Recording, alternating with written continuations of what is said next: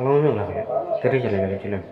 တတိချန်နေ့စဉ်တွေနဲ့ဖြစ်နေတဲ့တင်းကြောင်းတွေကိုမြဲတဆက်ပေးတယ်တတိချန်ဖြစ်တယ်ကျွန်တော်ချန်နယ်နဲ့ဆက်ပြီးတောင်းဆိုပါဆိုသတင်းကောင်းတာပြောပြလာပြု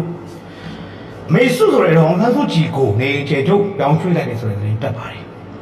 ဒီနေ့ကစုံလာပြီးဗုဒ္ဓနေပါသက်ဆိုင်ရာပြည်တယ်တွေကနေ3နှစ်ရှော့ပေးပြီးတော့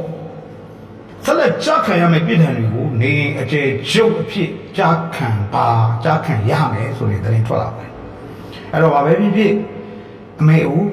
ကျွန်တော်တို့ရဲ့မိခင်လို့ပြောလို့ရတဲ့တော့ငါစုကြည်ဟာအချုပ်ထောင်ထဲကနေပြီးတော့နေအိမ်ကိုပြောင်းရွှေ့ပြီးတက္ကလာနောက်ထပ်ဖြစ်လာမယ့်အခင်းကျင်းတွေဟာတိတ်ပြီးစိတ်ဝင်စားစရာကောင်းပါတယ်ထပ်ပြီးတော့တေးသေးချာချာထပ်မှန်အတီးပြုလို့တာကဒေါအောင်ဆန်းစုကြည်ကိုနေအခြေချုပ်ပြောင်းရွှေ့လိုက်ပါပြီဒါပေမဲ့နေပြီးတော့နေစီဆိုင်မှာထားမလားရန်ကုန်ချမ်းမတ်54မှာထားမလားဆိုတာကိုတော့ကျွန်တော်တို့ထပ်မှန်